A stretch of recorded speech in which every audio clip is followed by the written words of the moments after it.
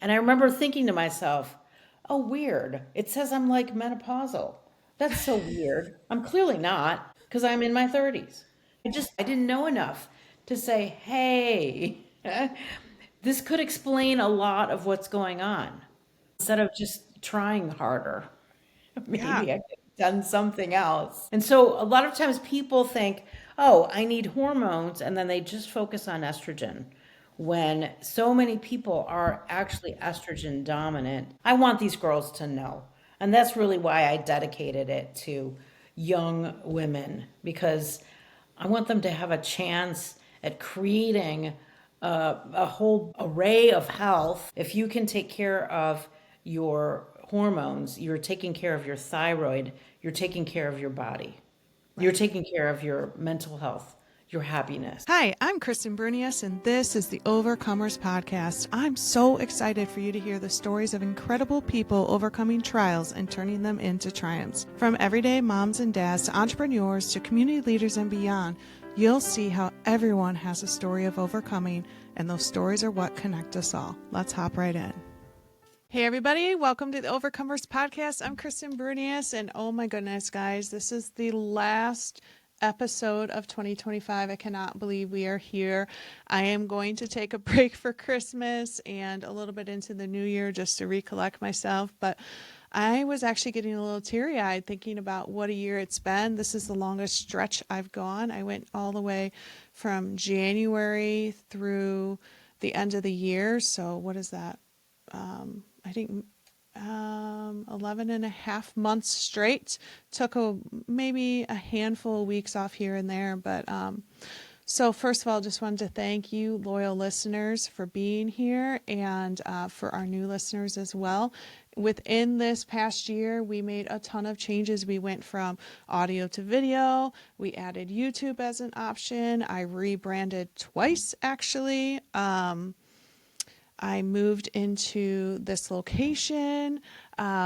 Just really, God has done a number on this podcast, and I am so blessed and super excited for the future of the Overcomers, but also really excited to take a breath and to enjoy my time with the family. So just finished recording with one of you guys' favorites and one of my favorites. This is her second time on, Dr. Alison Codwell Andrews.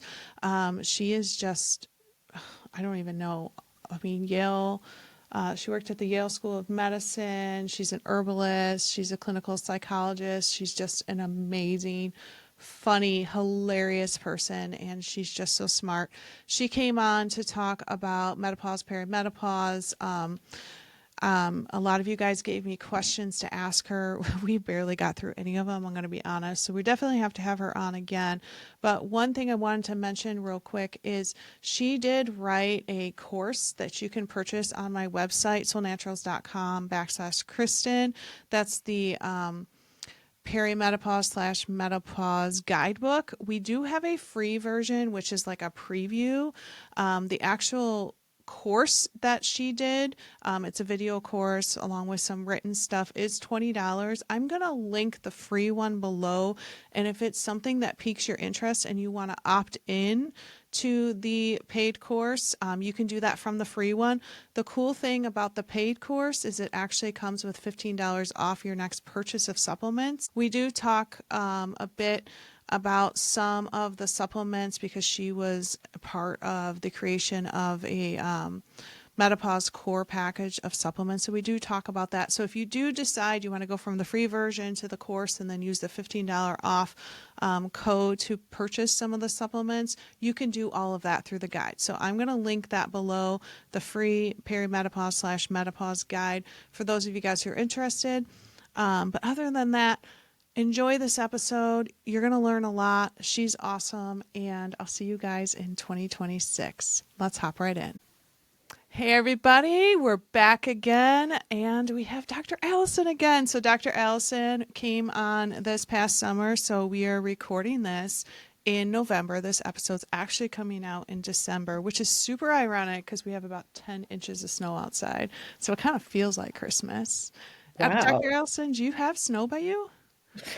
Not even. It's like in No? the 60s today. Oh, I actually really like snow, so I'm totally okay with Yeah. it. Yeah, we had a snow day yesterday, so that was lots of fun. But anyway, Dr. Alison came on this summer. We talked about malware and the brain and, the stories your brain likes to tell you as someone who has a history of struggling with, some mental health stuff and some anxiety. I loved that episode. I really learned a lot. My favorite line from that episode was when Dr. Alison talked about being a good scientist, that like a good scientist would analyze data, and a lot of times our brain doesn't make us very good scientists, and we interpret things incorrectly, like, planes are dangerous. No, actually the data would tell you that they're actually quite safe. So anyway, that was a super fun episode. I asked her to come on again just because she's awesome. But also because this is where my two areas of life kind of overlap. So I do this podcast, which is more stories of inspiration and, people who have gone through things and they've overcome things, hence the name Overcomers Podcast. And then my other life, the other hat that I wear is I am with Soul Naturals. I've been a distributor with them for over 8 years. It is a huge passion project of mine as well. And a lot of times those two worlds overlap in the case of today. So we just had a pretty awesome conference that Dr. Alison and I were just at. And at that conference, we really focused a lot on perimenopause, menopause, postmenopause. We had a new product launch, and with that came floods of questions about, because this is just such a new area. There's so many questions. Perimenopause, menopause, postmenopause is such a huge topic that and Dr. Alison was part of the formulation of a new perimenopause, menopause package within Soul Naturals. So she's here. We're going to just chat a little bit about this topic. And then actually I have a whole list of questions that people submitted. And so, Awesome. yeah, it's going to be great. So anyway, Dr. Alison, glad you're here. Yeah, I'm so happy to be here. I love this. Awesome. Thanks so much. And, we were talking before we started recording that as I was copying and pasting these questions into my email that I sent you, what really broke my heart was the tone of all of the questions were fearful, overwhelmed, sad, hopeless. And so just recognizing the tone of women who are in their 40s, 50s, and beyond, that's really how they're feeling right now, because it's just such a confusing time. So I'm excited to give them some hope and to shed some light on this topic, and it's going to be awesome. So where should we start? Should we start by, let's start by defining the stages, because I think that could be really confusing. Right. So I'll throw it to you. Okay, well, let's start from the end and talk about menopause. What is menopause?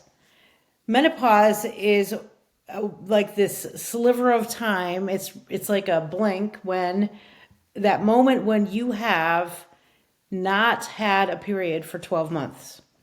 So it's been 12 months since your last period. Now you're suddenly in menopause. Then the next breath, you're postmenopausal, right? So that is still like the funniest thing. And I just learned this, guys, probably 3 months ago, maybe a little longer than that. But people talk all the time like, I'm menopausal. No, you're actually usually perimenopausal or postmenopausal, because being menopausal is like literally one day, right?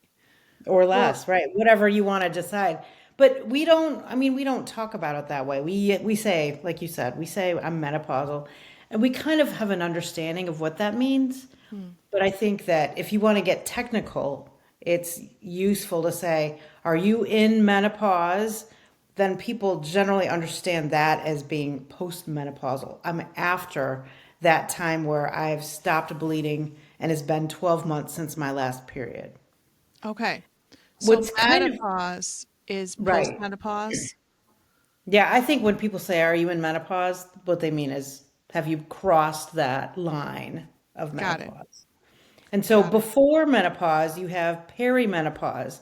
And peri is that it kind of means around the time of menopause. Only for menopause, peri specifically means before menopause. It doesn't mean afterwards. And so you Okay. might talk about like perioperative care. Perioperative care might mean before and after. But here, perimenopause really refers strictly to before menopause. And that can last, 3, 7, 10 years, more sometimes, depending, and we'll talk about this later, depending on all of the environmental issues that can complicate menopause for women. So perimenopause, I don't know, I've heard 7 years a lot, but a lot Yeah. of times I've also seen that many male doctors with no training in menopause specifically say only it's a few years, maybe 3 years Right. And I kind of feel like more. I, I kind of feel like it's more because Yeah. I've been reading Yeah. more and more that it's starting around 35, like give or take. And the average age to hit menopause is what, 52, 53? Ish. That's Yeah. ish. And it's so individual. And the other thing that this is going to be another theme of mine, I know, listening to my brain right now. The theme is there are things that are in our environment now that are speeding up menopause for us and making it worse. And so what didn't used to be 35 now might maybe is around 35. Right. And I Right. think back, if I had only known 10% of what I know now at 35, I would have done a lot of things different, but I also would have thought a lot differently about myself. I Right. would have been much more compassionate, I think, toward the symptoms that I was experiencing at that time. And I would have been able to say, oh, well, this is a perimenopause thing instead of, oh, clearly something's wrong with you. Or that you're lazy. Because, like, for me, that was when I really started to struggle with a lot of weight gain, was, between 35 and 40. And I was like, I'm active, I'm exercising, I haven't changed. Like, Yeah, what you're has just, changed? Why? Yeah. yeah. And I had like this story in my head, like, oh, you're just lazy. Like, you're just not doing enough. And then I did more and more and more. And then I burnt out my adrenals. And like, that was like a whole nother thing. But I love that compassion piece in there. And it's something that just popped in my head was I feel like periods are coming earlier for girls, for at least for a while. I don't know if this is still the case because I They feel they like, are still the case. As is far as it? I know, still the case that they Okay. are, especially if you look at the last 50 years, you know, Yeah. we take a little bit bigger look. Women are getting their period much earlier. Because I'm thinking back to my teaching days in like the city of Chicago, and I taught fourth and fifth grade, and like the girls were getting their periods like crazy at that time. Now I live in the suburbs, so maybe different nutrition, maybe different lifestyle. I don't hear it quite that young, so it could also be like a nutritional difference, lifestyle difference as well. With, but anyway, that was just a thought that popped in my Yeah. head. Well, we can talk a little bit about all of the things that affect that. Yeah, yeah. But anyway, so let's start with, so we've defined perimenopause, time before. Menopause is really just a blip. Postmenopause is after, but we kind of call it all menopause. Perimenopause and menopause and postmenopause are the things we want to make sure we understand. Okay, awesome. So I know for you that this has been a bit of a journey in your life. So what if, and she wrote a perimenopause or perimenopause menopause guide. Can I just call it menopause? I'll just call it menopause Right. Guide to menopause, something like guide. that. Yeah. Yes, yes, which is Yeah. like this awesome tool. It's a course that you can actually get the free version or the paid version at soulnaturals.com. And in this guide that she wrote, you dedicated really to like our current teenage girls because they're I going to be the did. next ones to go through it. So I know that was a really emotional thing for you. Can you explain a little bit why that was so emotional?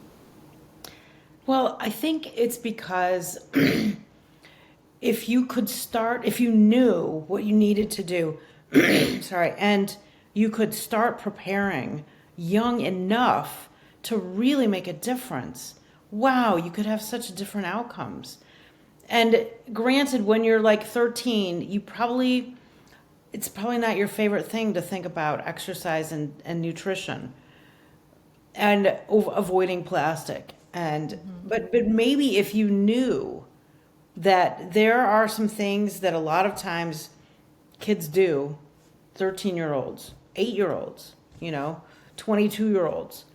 The one, and I'll probably bring it up again, but this kind of using fragrances all the time. Like whatever, you've got a lotion. Oh, let's get a lotion that really smells like nice. Let's go to that store at the mall that has all the scents in it. Let's do the scented candles. Let's do the scented, all of the things, body sprays, whatever it is. And if you just knew that fragrances, not essential oils, okay, Right. but artificial fragrances carry xenoestrogens, and that's a huge amount of exposure and a frequency of exposure. It's like ubiquitous. Yeah. It's if you just knew that and you could start avoiding that, I think that might make a difference. We know that those xenoestrogens in fragrances and just the effect of, okay, there are a lot of xenoestrogens out there, and we'll talk about that in a second to define it Mm-hmm. more. But fragrances alone can affect people's fertility and cycle. It's not just xenoestrogens, but fragrances just by themselves can do that. Yeah. Yeah. If And people knew, you yeah, know, it's I like have. I'm wearing cologne to attract the ladies who I'm going to make it more difficult for them to get pregnant because I'm Yeah. right. We don't know. Oh, that's such a way to look at it. I never, and here's the thing, like, so I have two teenage daughters, and like I do try to limit as much as possible. Like they do use body spray, but I try to use the one that's not as bad. Like I look at the ingredients. It's still not perfect, but it's not the worst, right? And I'll say things to them like, dude, chill out on the body spray. I want you to have babies someday because I want to be a grandma. And they'll be like, For real. Mom, you For know? real. And I Yeah. do I do say those things. Like I remember we rented a couple vacations ago, we rented an Airbnb in Florida and it was so bad. I think I pulled out like 11 different plug-in air fresheners and I was like, Right. barf, this is so bad. There's a chiropractor in town that I had to stop going to him because it was like Right. artificial candles and plug-ins and I was like, I'm going in for an adjustment and I'm coming out with a headache. So our Yeah. bodies, Not worth it. no. You're basically paying someone to poison you, Right? right? Right. Yeah. But I mean, it's so hard. But we'll talk about that because I actually do have a couple people who ask questions. But so you Yeah. dedicated this to these young Right. girls based on your experience. So talk a little bit about your experience of perimenopause, the difficulties of it, and your personal journey. Yeah. So I didn't know what was happening to me until, you know, I don't know, I guess it maybe the last 5 years Mm. I started figuring it out. When I was starting to wonder what is happening when I was a teenager. And so I had some significant exposure to mercury because I didn't know better. When I was little, there was a thermometer, it broke, mercury's on the floor. My sister and I were playing with it because, that was so fun. Look at this cool thing. Look what it does when you hold it in your hand, right? And so I ended up with significant mercury exposure, plus a number of other things, having a fair amount of those silver fillings that have Hmm. mercury in them. And then in the 1980s, when you wore contacts, which I did every single day, you're putting them in mercury solution, like that Real? thimerosal. Thimerosal was the preservative. So Really? you're putting them in a mercury, so, well, I mean, it's not all mercury, but thimerosal is in there. And so every day you're putting contacts with thimerosal in them into your eyes. And so it's like every day, here's some more mercury for my body. Those might be small exposures, but they add up because this is every day for years and years and years. This is on my teeth, and we know that they don't just hang out inert. You're chewing, you're doing things. You can definitely tell there's mercury. And then that, just like the basic exposure from the little ball of whatever was in the thermometer. And then whatever else you would get just living, when Right. you burn coal, mercury happens. I grew up in an industrial city in Cleveland, and I'm sure there was a little bit of coal burning that happened, Right. etc. Right. So I ended up with confusion about why is my cycle so irregular? Then you add on to that a fair amount of stress that happened. And stress will definitely affect your cycle. It affects your thyroid. It affects your whole body. And so you add that initial exposure, you add a bunch of stress, maybe sprinkle on some more stress, maybe a little bit of trauma. That's, a nice recipe for a cycle that is very irregular. And at some point I was so stressed, we'll just say, that I quit menstruating entirely Oh, man. for 2 or 3 years and did not recognize at the time that that's what was happening. I just thought, oh, weird. Oh, it turns out maybe I was traumatized. Maybe I was really stressed, huh? So you figure this out, you see the signs, and then I just thought, well, okay, now that I have my period again, it was still completely irregular. And so up till when I was 41, maybe ish, around there, that's when I started taking maca. And Okay. maca completely made me regular. I'd never experienced that before. Predicting when I was going to have my period, it's like an amazing thing. Before, it's like throw the dice. It could be 13 days, it could be 62. Who knows? Oh, Right? man. And now maca made it so that I could count on like a clock. That was kind of awesome. But those effects of stress and then mercury and then other fragrance related or plastics related, xenoestrogen and synthetic estrogen related. And so the synthetic estrogens come in when you're looking at birth control pills or anything along those lines. And we're kind of told, oh, this is nothing. It's nothing to worry about. This is a nothing thing. It's just hormones. You're just on hormones. That's all it is. It's just exactly like you're pregnant, which it's really not. It's And really not. everybody was on them in the 90s and early Right. 2000s. Right. It's like, oh, your period's irregular. Here, have some birth control. That will help. And sure, that would help make me regular, but it didn't help anything else. It Right. just made it so that I was regular. So the symptom of irregularity was gone, but the underlying problem was still there and maybe worsened because here now I have a synthetic estrogen and a synthetic progestin, and those things are more powerful than regular estrogen. And so you've got these taking up the space of regular estrogen. And then what happens is that balance gets off kilter. And so you have too much estrogen and not enough progesterone to balance it. And so this is where you have this idea of balance really makes sense because progesterone and estrogen balance each other in a number of ways. They both have really beneficial effects.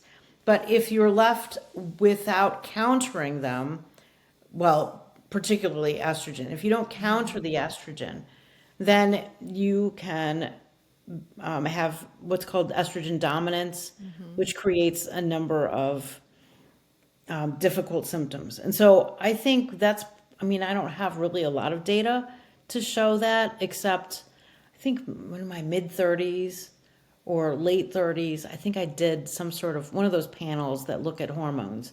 And I remember thinking to myself, oh, weird. It says I'm like menopausal.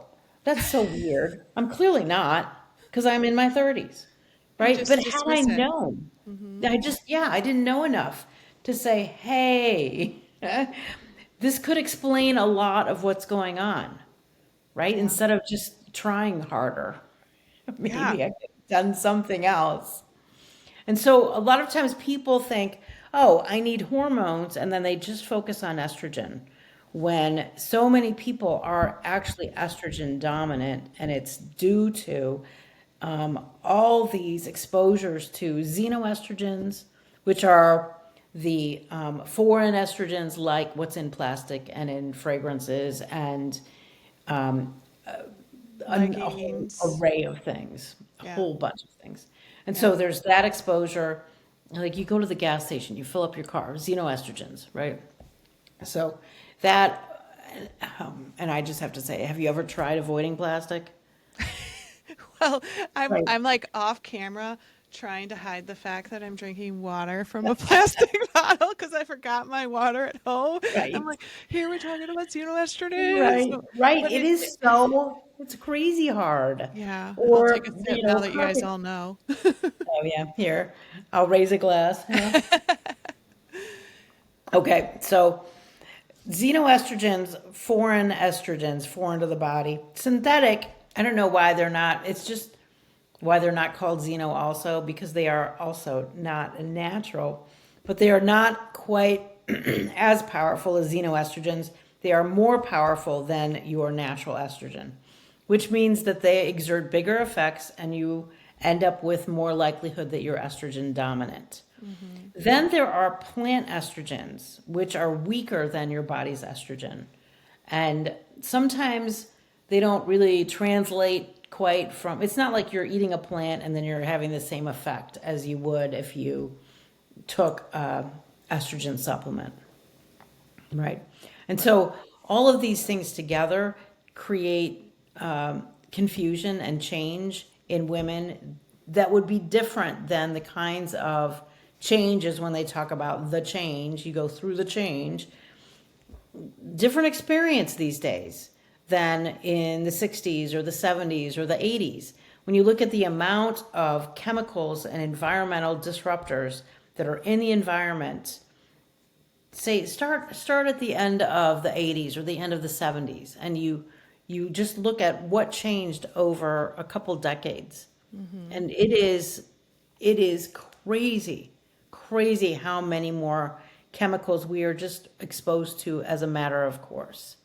Yeah, it can become depressing and overwhelming It because can if you feel like there's nothing you can do about it, right, right? And right, if you don't know any better, then how are you going to create any change, right, right. right? So And I the I want go sorry, ahead. I want these girls to know. And that's really why I dedicated it to young women, because I want them to have a chance at creating a whole array of health. And this is all bound up together in general health. If you can take care of your hormones, you're taking care of your thyroid, you're taking care of your body, you're Right, taking care of your mental health, your happiness. right, right. Yeah, and the idea is not to change it all at once. Oh, you can't do that. Nobody can do that. You can just No. do what you can do. And Yeah. then you just keep doing it until it is enough. It's never Right, going to be perfect. right, right. Okay. You good with going into some of the questions? Yeah, I Okay. am. So I try to kind of categorize them. So these are kind of like general symptom questions. Now, I'm going to preface this that some of these can get a little bit on the medical side.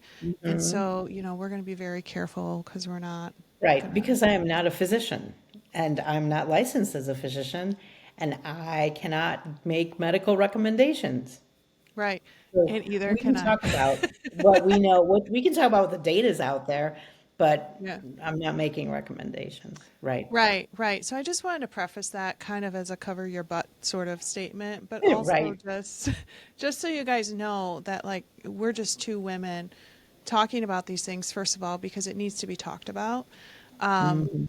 And so that no one feels alone, but also that these are pretty common occurrences. Like when people were commenting, as I put up a Facebook post and people were commenting like I wanted so badly to answer the questions, and a lot of them I kind of know already, and I was like, okay, I'll tell her that, and I had to hold myself back. So anyway, Yeah. question number one: why are panic attacks a common symptom, and how can we combat these symptoms? For instance, mine happen at night while I'm sleeping. It wakes me up. I also get night sweats. I think she meant to write heart palpitations, etc. Yeah. Palpitations. Yeah. Oh, that's what I meant to say. Yeah.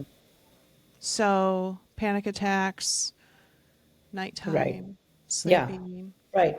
Well, one thing, and I didn't know this until I started writing this menopause guide that you referenced. And it's like, why didn't I know this? Everyone needs to know this. That progesterone and estrogen are tremendously protective. And so when you think about it in terms of how human lives work, it makes sense that you've got a woman, the idea is that you are fertile and that you can have children. That is one of the big goals, right? And Mm-hmm. so these hormones that are all about fertility and your cycle, this whole entire thing that permeates your life, they are protective of your health. They're protective of your heart, of your liver, of your gut. They're just protective of your brain. In fact, little side note, your brain makes progesterone all by itself on its own. It does? It does. Your brain makes it.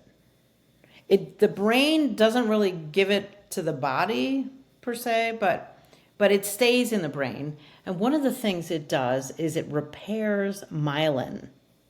And Oh, so myelin is that fatty sheath that covers neurons that helps communication travel a lot faster down the neuron. And so when you practice something over and over, your brain will wrap myelin around those neurons so that you can do the stuff faster. So practice creates myelination. And myelination requires a lot of fat. I did kind of a deep dive once, and I just remember thinking, wow, that is a lot of fat that the brain uses to myelinate. We need to really make sure that we're eating enough quality fat. That vegetable oil is a big nope. But, that butter or, wow, I'm blanking on avocado or avocado oil, tallow, red yeah, meat, the all the fats. good quality fats, not oxidized fats. Canola, no, Right. right? All that is a big nope. But so anyway, so you're needing a lot of fats to myelinate your brain. Progesterone can come repair some of that myelination. Progesterone is really protective of your brain cells. That's why your brain makes it, because it's really helpful. But your body, when it makes progesterone and estrogen, one of the things they do is they very much are protective.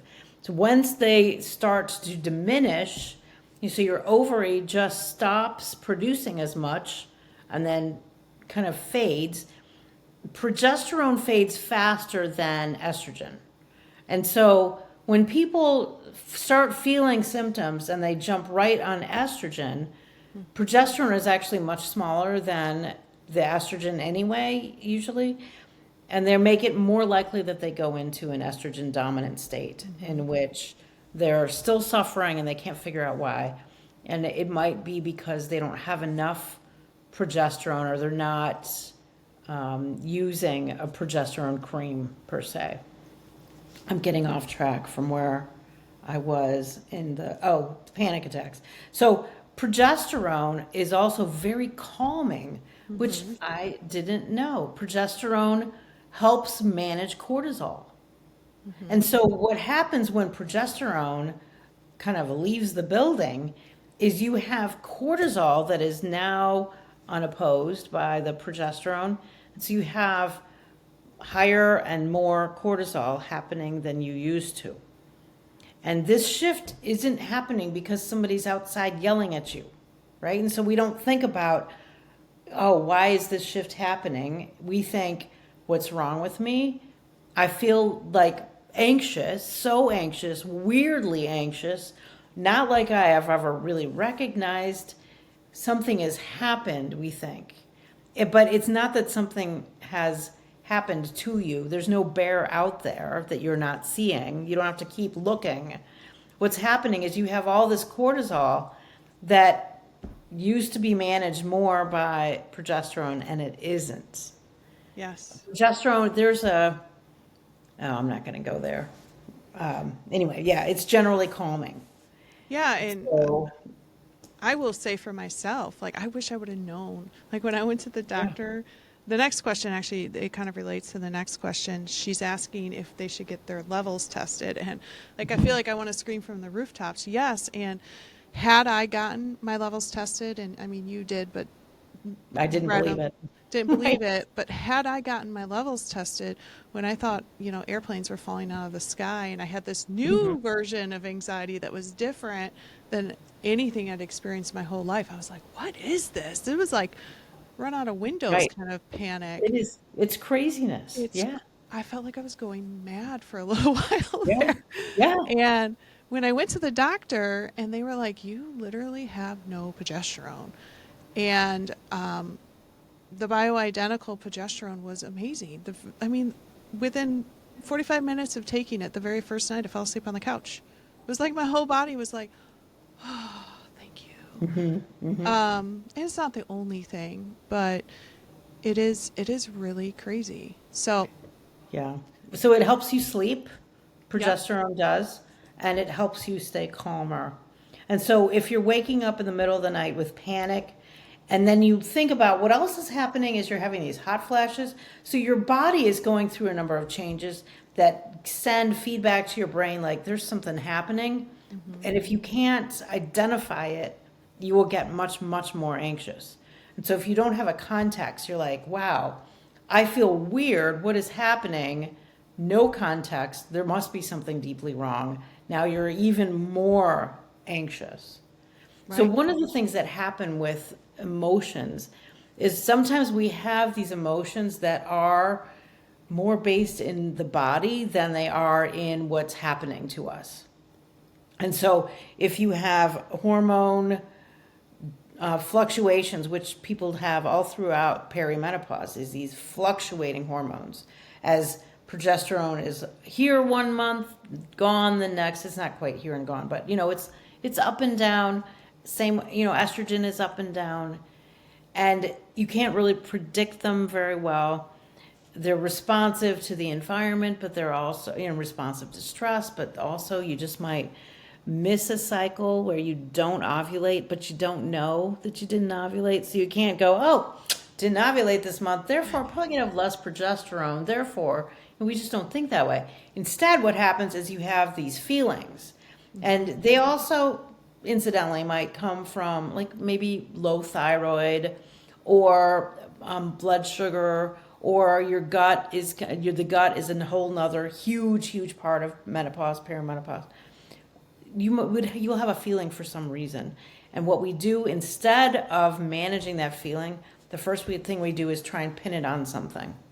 And so it's like you have a feeling, and then you're scanning the environment going, what? Oh, this morning I didn't say hi to her. That's probably why I feel terrible, because she probably hates me now, right? Or, whatever other explanation you first latch onto. And then this has to do with your style of thinking before, throughout your life. If you tend to kind of think that people don't like you, then that's just going to be like, oh, it's probably because, you'll come up with whatever reasons are kind of congruent with what you've usually been thinking. But the key being you have an emotion and you try to pin it on something, and you're pinning it on something that you think of that is almost 100% not even an issue. You just kind of are waiting until something feels right. Like, oh, I bet that's it. I bet Right. that's it. I've been a terrible housekeeper lately. That's probably why I feel so guilty. Man, my head is exploding right now because I literally do this all the time. If I'm feeling a little anxious, I'm like, well, is it because I didn't sleep well? Is it because I got in an argument? Is it what? Let me check my tracker. What week of the month Right. is it? You know? Right. Instead And of just thinking, okay, so here's this emotion.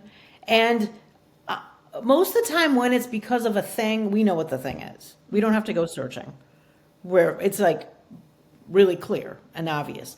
So if we're thinking, okay, I'm having this emotion and it seems out of the blue, stop right there and just think, okay, it's probably hormone related.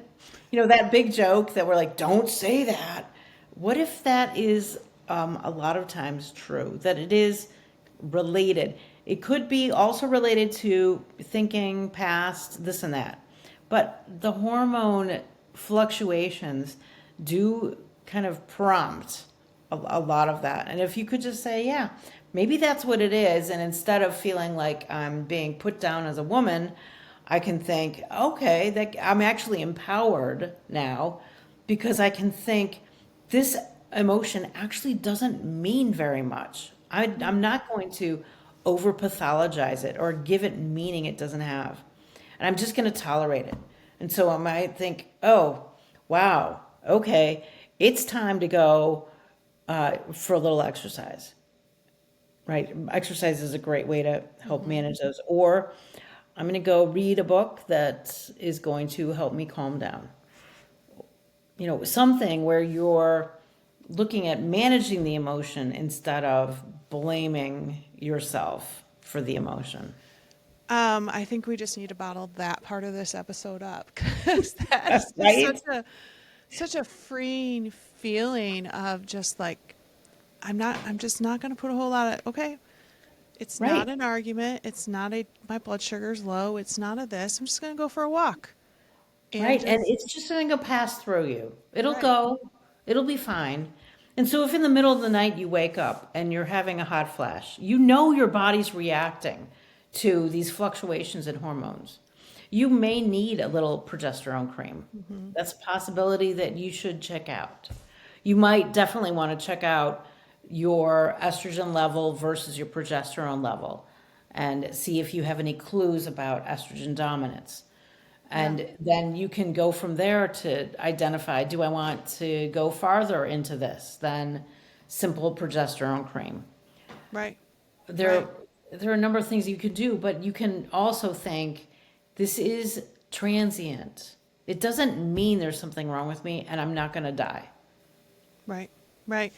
And kind of going back to that question that this individual had about testing your levels, like think of all of these things as good data, right? Good data that I'm having hot flashes, good data that I'm feeling a little anxious, but I can't pinpoint it, good data that my blood tests are saying certain levels are wrong, and take it all as data to help you to identify where you're at Right. And where's the next step for you, maybe? and the next step. There's you can go online and look at lists of symptoms of menopause, perimenopause, hormone fluctuations. There are lots of lists out there. Some of them are small, some of them are huge. They kind of remind me of a lot of typical lists where, so if you look at lists for if your thyroid is low, hypothyroidism, you get this long list. It's kind of vague. It's, yeah, not very definitive. And you're like, well, yeah, but is that all? I mean, it could be thyroid, it could be other things. You have a list of, I want attention. Here's my symptoms, right? You have a list of, I've been depressed. Here are my symptoms. It's sort of like general distress call Right, symptoms.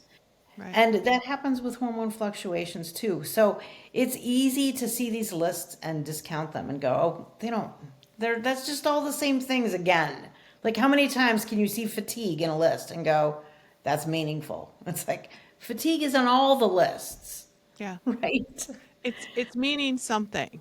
It It's means meaning something. Your body is in distress. Something's not quite working right. And yeah, it might be hormone fluctuations. It might be trauma. It might be hypothyroidism. It might be blood sugar. It might be your gut is off. But it's still a real symptom of all of those things. right, right. Yeah, Yeah. the rest of her question. So she said, I have questions such as should we have our levels tested, hair loss, magnesium, potassium, vitamin D. So she went on to a whole lot of lists. And I guess to summarize what you're saying is, yes, go get those things tested. Be a little bit of an investigator with your doctor and kind of pinpoint, a plan would be what. Right. And you want to get the right tests. So, like Yeah. with magnesium, what you want to know is how much magnesium actually made it into the blood cell. So, you want a red blood cell level of Right. magnesium, not a blood level. It's different. What's important is what's inside the cell. Not Same what's like in. B12. A lot of times people get a B12 level, and it's not the B12 that's inside the cell, it's the B12 that's in the blood. If you are having trouble moving B12 into your cells, then of course you're going to have too much in your blood. It doesn't mean you have enough, it doesn't mean you have too much. It might mean that it's there because it's not in the cell. Right. So you want to really be careful about what specific tests you're doing. I think everyone needs a vitamin D test. They need to know if they need to supplement. And Yeah. vitamin D, you want to try if you need to supplement, and a lot of people do. Sometimes you're in the sun and it doesn't make a difference for you. Sometimes you do whatever. What I found is that the vitamin D capsules or pills seem to work differently than vitamin D in a liquid. And so if you get a liquid sublingual, it can sometimes act more powerfully. I know Okay. for me, I took vitamin D pills for years and my levels didn't change. And then I took the liquid and they absolutely skyrocketed. That's so interesting. I love that. Um, why is it so hard to lose weight during perimenopause? Oh, that's such a good question. And it's interesting to me because it's such a concern for many women. But then I've also talked to many women who after a while you're like in menopause and you're like, "Pff, I don't even care, whatever." So I don't know. Weight gain happens for a lot of reasons. And this is where I think have to look at one of the other big messages, which is this stuff is so individual. There's not a thing that works for everyone. It's very individual and it's very responsive to so many variables. It's just crazy. So weight gain happens because hormone fluctuations happen, and then there are lots of things that are connected to that, like cortisol again. We talked about cortisol before. Cortisol is also implicated in weight gain. So the more you get stressed out, or the more your progesterone drops, or both, or the more foods you're eating that will raise your cholesterol. And it's not always the same thing for everyone. And sometimes it is the same thing but prepared differently. Like I'm thinking about red meat that some people say that can raise your stress hormones. But then we have to look at, well, how was the meat taken care of and sent to you? How did you get it? Where did it come from? Is it meat from 100 cows mushed together? Is it meat from a very happy? I don't know. Like there are Right. lots of ways to look at what are you eating? Are you drinking enough? Are you drinking enough for you? Drinking Right. enough water, right? Right. Right. Etc. Yeah, quality makes a big difference. We get a cow, and I look at what our meat looks like versus what I see Yeah. in the grocery store. Oh, yeah. Um, Same girl. We get a cow too. And it's like a I never want to go back. world of difference. Yeah. Okay, this was an interesting one. Increased neurodivergence, real with menopause, like I'm super sensitive to sounds and energy. Right. Now, this one is interesting because again, this is very individual. And so you have these feelings and you're interpreting how you're interpreting. Once we latch on to something we like, we seem to see it everywhere. We've got this confirmation bias that just really, really operates inside of us. We also get stuck in ideas in ways where we're unwilling to let go of them. So I'm just going to take a little side trip here. There's a psychology person named Leon Festinger. He's known for cognitive dissonance. But the idea here is that what he's saying is that when you have some information that counters what you believe, it is not compatible with your current beliefs. What we tend to do is either ignore it or we change it, we make it fit somehow by changing the information. And so you have this framework, and then something happens that makes your framework have to shift. We tend to not shift it. We tend to just go, no. And that's where the cognitive dissonance idea is. You can believe this, and then maybe believe that too, and they're countering each other, and you're not letting them play together. You're not connecting. And so when people hear something that goes against their beliefs, a lot of times it takes them multiple times to hear it before they can start to really take it in. And so if your framework is neurodivergence, what happens is in menopause, there are plenty of reasons why you might attribute symptoms to all of a sudden I have more neurodivergence, when those symptoms are explainable in other ways also. And so the example of hearing sounds, that more sensitivity to sounds. There are a couple ways you could explain that. One of them is that when estrogen decreases, as it does during perimenopause, you actually have less blood flow in your ears, which will make you hear differently. When estrogen declines, you also are more susceptible to tinnitus. And so tinnitus is a thing that might happen to you during perimenopause or menopause because lower blood flow, again, because I'm blanking on, it might come to me. It might come to me in the future. We'll see. You're good. I find that really, really interesting, the blood flow thing with the ears. Right. Like these are symptoms that you're like, when would I ever have said, oh, that's menopause. Right. Right. Well, it reminds me even of the last time you were on when you were talking about how when you're anxious or you're fearful, that there's a nerve in your ear that enables you to Yeah, that's the hear PDS nerve. more. Or it was actually a muscle. It's a muscle. Yes. And I've been in those situations where I'm afraid or, more anxious. And yes, it's so true where I can hear everything, every Right. And so you ding, have every, that when you've got extra cortisol, or maybe not extra, but you have cortisol that's not countered. And so now your cortisol levels, you could think of them now they're higher. So now you're more sensitive to sounds. yeah, Like you need to be more sensitive to sounds. So there are a few reasons why you might be hearing sounds differently that right. are just completely just menopause related. They don't mean that you're becoming divergent neurologically. Well, and I kind of feel like that is not to say that that isn't a truth. But I do feel like that word is becoming a little bit like kind of like everything's getting also blamed on perimenopause right now. A lot of things are getting blamed on neurodivergence. So Right. it's a word that's getting thrown around a lot. Right. And when you think about everything's getting blamed on our favorite things to blame it, what we tend to ignore are the basics: nutrition, exercise, sleep, enough hydration. And then in the nutrition piece, I think it's quite important that we look at the quality.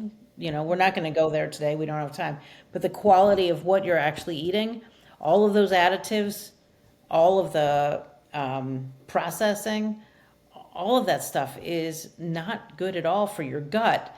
The influence of the gut, a healthy gut, on your perimenopause symptoms is huge, Right. huge. It's going to affect your anxiety. It's going to affect, it's going to affect everything. Right. Everything. Right. Man, we could talk about so many things. I'm skipping down Right. because I do want to get into some of these last questions were really good, but I'm going to kind of summarize probably 3 or 4 questions because they're asking about the difference between bioidentical for hormone replacement therapy, the difference between bioidentical and synthetic, because they get lumped in the same category. They do. Right. Right. It's hard to even figure it out, and companies are not putting it on their website. Here's what exactly this is. And so if we go back to, I think you mentioned in that email that famous HRT study where they said, "Oh my gosh, HRT, cancer. Oh no, quick burn everything down." Right. And so what happened in that study was the study was stopped by just a few of the people who were involved in running the study. There were a lot of people who were collaborating, and there were just very few who all of a sudden, like a big surprise to everyone else, decided to stop the study. They had this big meeting. The other people came and they said, "Oh, we're stopping the study. By the way, we're stopping the study right now, by the way. And we're going to publish this paper that says, here are the risks." No data got shared really at the meeting very much. And they kind of said, well, if you want to write in your thoughts about what this happened, we can, write them in, but do it in the next hour and a half because the paper is already at the publisher. Right. And I know there were some people that did it in the next hour and a half, and they said, no, sorry, it's already actually literally been printed. And so it's kind of weird how this happened because it was not by consensus at all. Most of the people on the study did not agree with that conclusion. The data in the actual paper don't support it. And so if you knew what you were doing when you're reading those data in that paper, you would say the data here do not support their conclusion that women had significantly more cancer or enough to stop the study. What it literally said, and I went back and read it. It said, it was not, well, it said it was not statistically significant, but it was something like approaching or almost, like one of those kind of words, which, I teach a research methods class, and I'm like, you do not do that. You don't do that. You also don't say something is highly significant or not, because Right. that's not a thing. It's either statistically significant or it's not statistically significant. There's nothing else that happens. And so here they're like, well, it's almost significant. It was not a statistically significant difference. And so why are you saying it was? This study cost $1 billion. $1 billion. $1 billion. And so you have to wonder what's going on in these people with these data when they've spent so much money. They have to show something.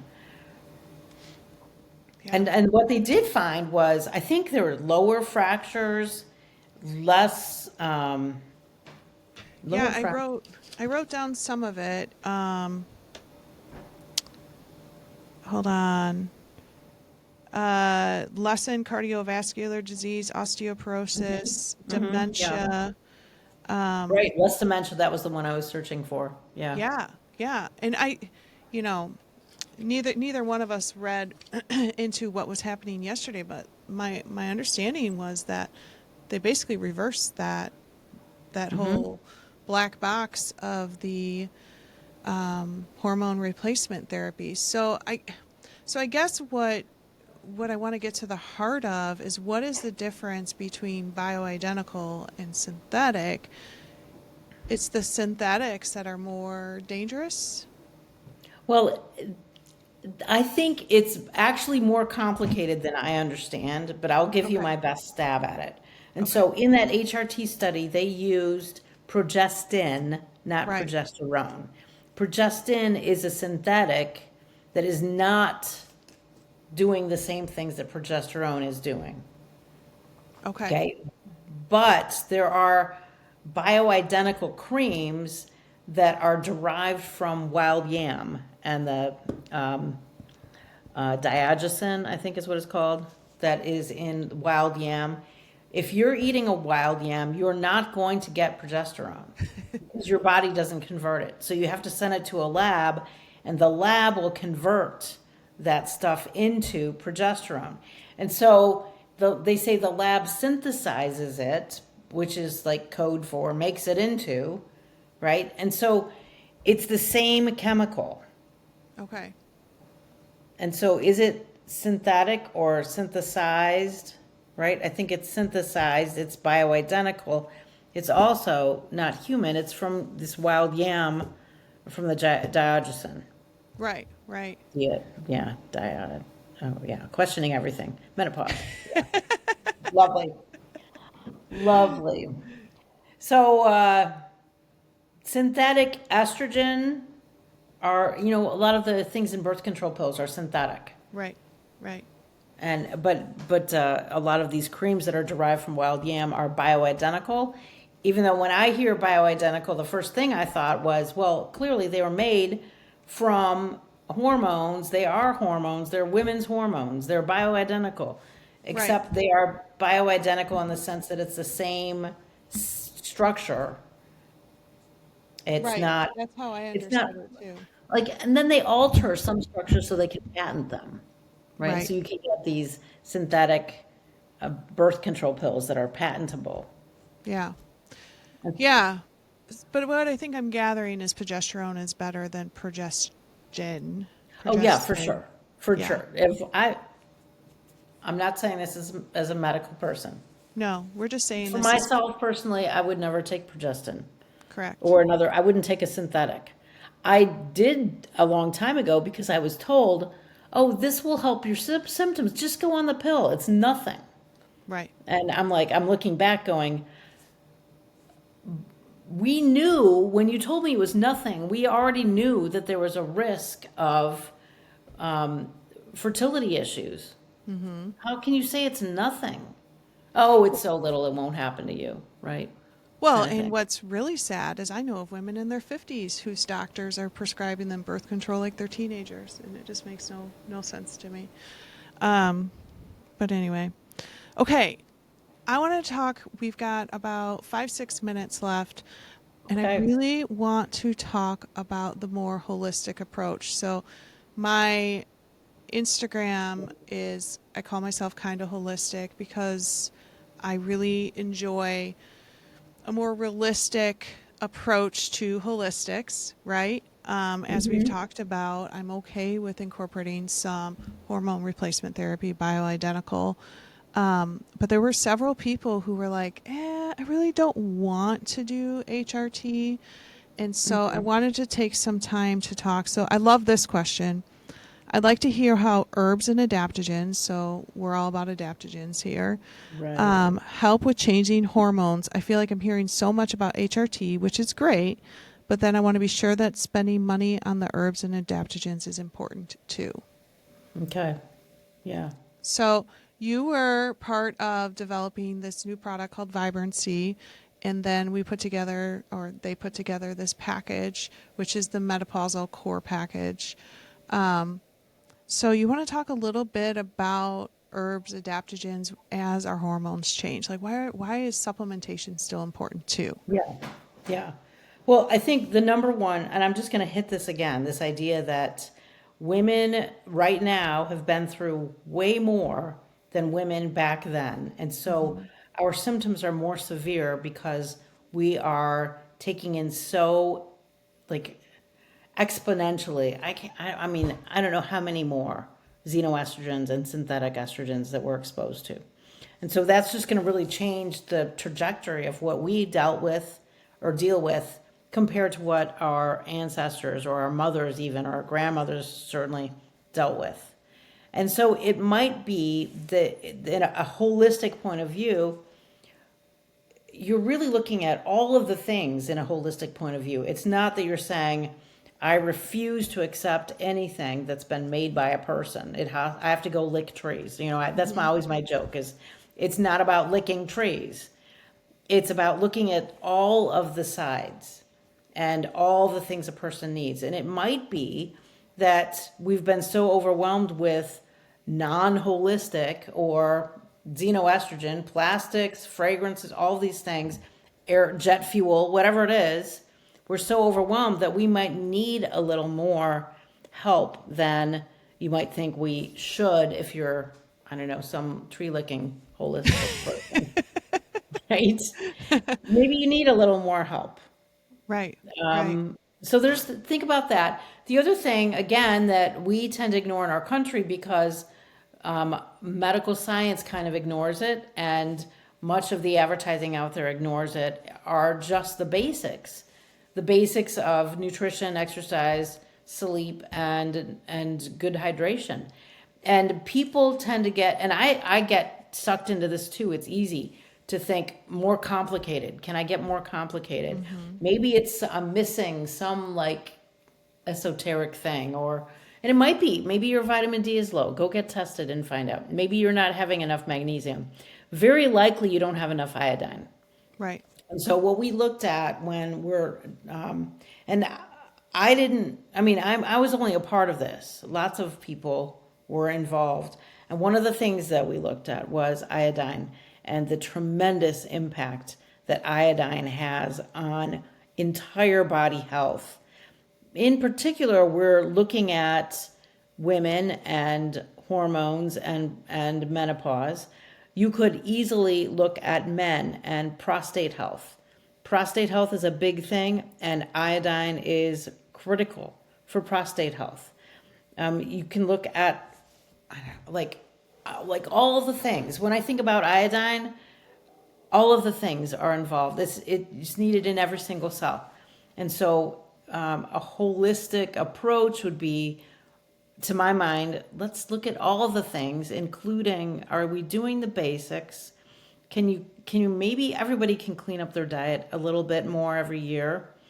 Can you start taking something with iodine in it? And so this supplement has a lot of sea vegetables in it, which are really, really rich in iodine. They're also rich in some other things, like I talked about at this meeting you talked about, that you mentioned the conference, the fucoidin and fucoxanthin and astaxanthin, and those things, just listing all, just going through PubMed and reading all of these articles about fucoidin and then fucoxanthin and astaxanthin. I remember thinking, holy cow, I'm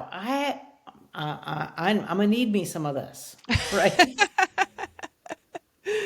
Yeah, the nutritional profile is absolutely astronomical. I can't remember reading something that had that many vitamins and minerals and just nutrients.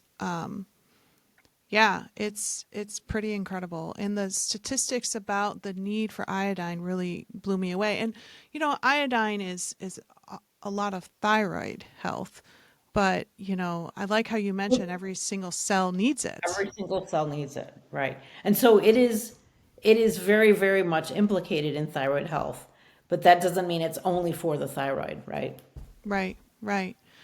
Yeah, so I guess to answer her question, I mean, this is how Kristen's brain would answer it, and just help me if I'm saying this correctly. Like, hormone replacement therapy, whether or not that's something that you decide to do, that's focusing on one piece of the puzzle. That's like one tool in the toolbox.